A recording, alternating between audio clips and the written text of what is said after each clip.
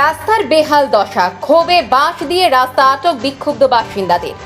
জলপাইগুড়ি ৩ নম্বর ওয়ার্ডের সেনপাড়া ভাতাখানা মোড় সংলগ্ন এলাকার ঘটনা। বহুদিন যাবৎ এখানে রাস্তার বেহাল অবস্থা।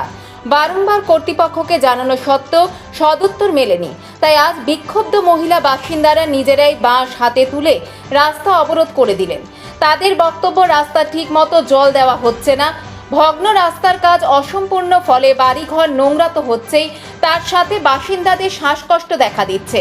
অতি দ্রুত ব্যবস্থা না নিলে এই অবরোধ প্রক্রিয়া চলবে।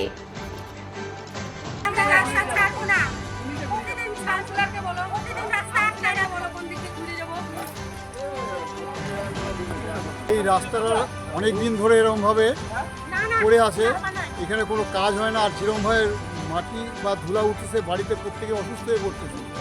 হ্যাঁ, বয়স্ক রুগী আছে। যত তাড়াতাড়ি সম্ভব আমাদের এই রাস্তাটা ঠিক করে দেওয়া হয়।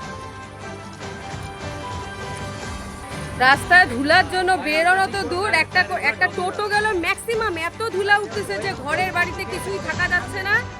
আর হচ্ছে খাওয়ার মধ্যে ধুলা, প্রত্যেকটা জিনিসে ধুলা, খাওয়া খাচ্ছি তো কিচকিচ করতেছে ওর মধ্যে। তো এইভাবে কেন থাকবো আমরা? আর আমরা বারবার বলা সত্ত্বেও জল একবার দিলে পরে 3 দিন নাই। এইভাবে কেন আমরা ভালো রাস্তাটাকে খুদাই করে এইভাবে আমাদেরকে শাস্তি দেওয়া উচিত।